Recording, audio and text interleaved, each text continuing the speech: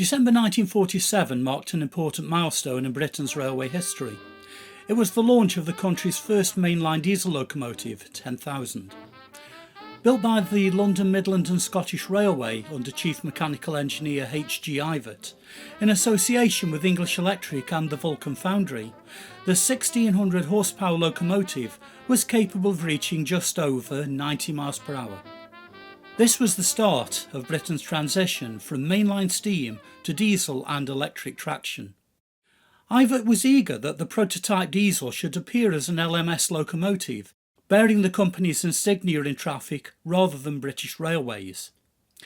The timing of the handover in December 1947, just prior to nationalisation in January 1948, was tight, and the second locomotive appeared just after British Railways had been formed. 10,000 was built in 6 months, a quite remarkable act of engineering and determination. Handover of the locomotive took place at Euston Station. The former Chief Mechanical Engineer of the LMS, Sir William Stanier, was also at the handing over ceremony to attend the unveiling of his nameplates on brand new Penultimate Pacific No. 6256. It was an interesting pairing of existing and future railway technology. After several weeks of proving trials, 10,000 entered service on the Midland route in February 1948. In July the same year, 10,001 also entered service, and the twins, as they became known, operated over a number of routes out of St Pancras or Euston.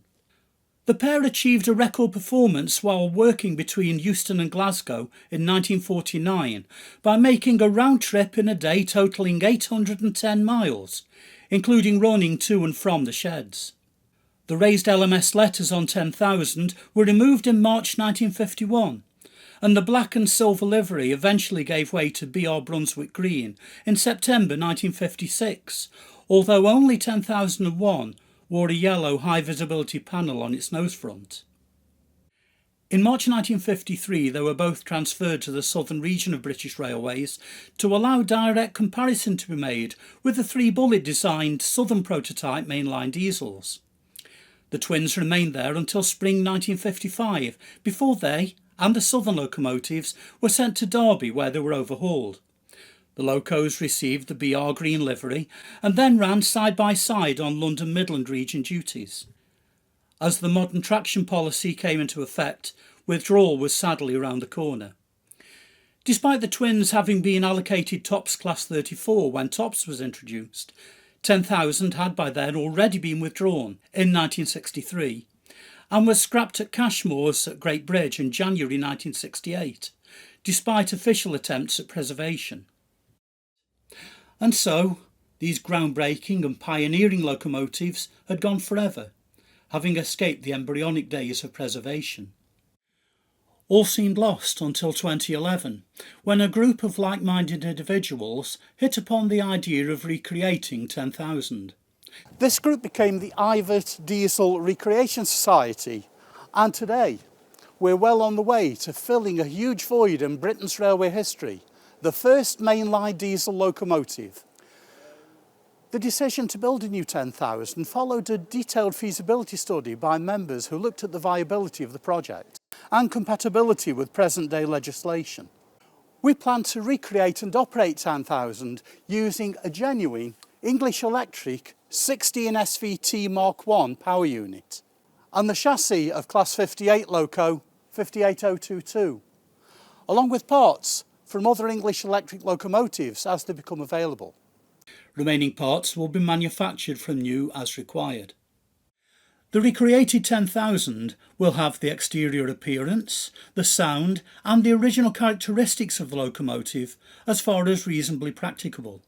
The project is inevitably a lengthy and complex engineering undertaking, but with many new builds becoming a reality, we know it's entirely achievable. As a volunteer-led project, completion of 10,000 depends entirely on volunteer hours and donations.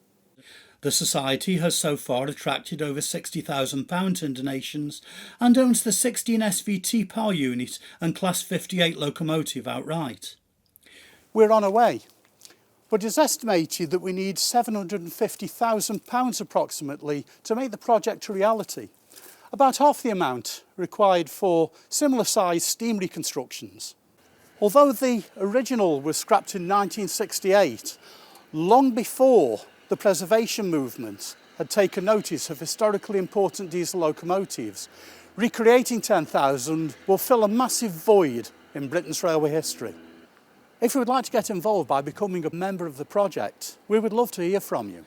The Society is a not-for-profit charity made up of volunteers with a shared interest in the recreation and operation of this historic locomotive.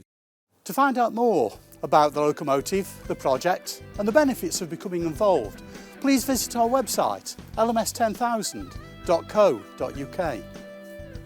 We can also be found on social media on Facebook and Twitter. Help us fill the gap in our railway history.